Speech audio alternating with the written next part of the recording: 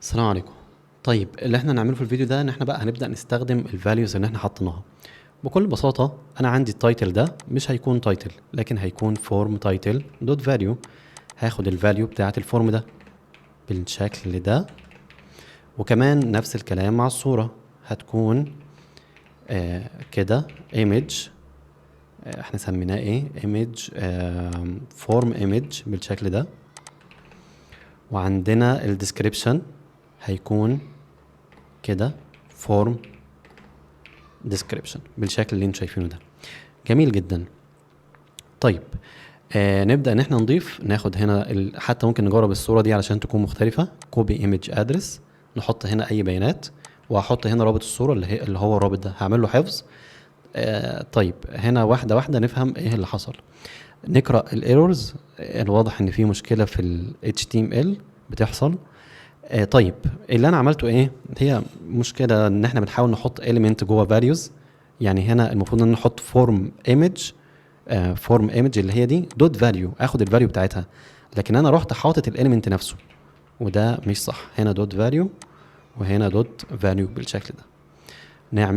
نحط بيانات، نحط رابط الصوره حفظ بالشكل اللي انتوا شايفينه ده. حطيت التايتل اللي انا حطيته، الديسكريبشن اللي انا حطيته اللي هو ده، وحطيني الصوره بتاعتي.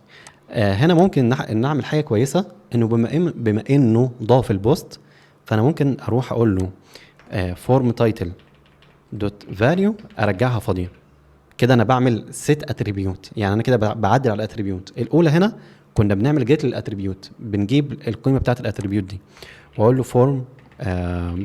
فورم ايمج، اقول له دوت فاليو هي كمان تكون فاضيه، واخر حاجه فورم description dot value هتكون فاضية.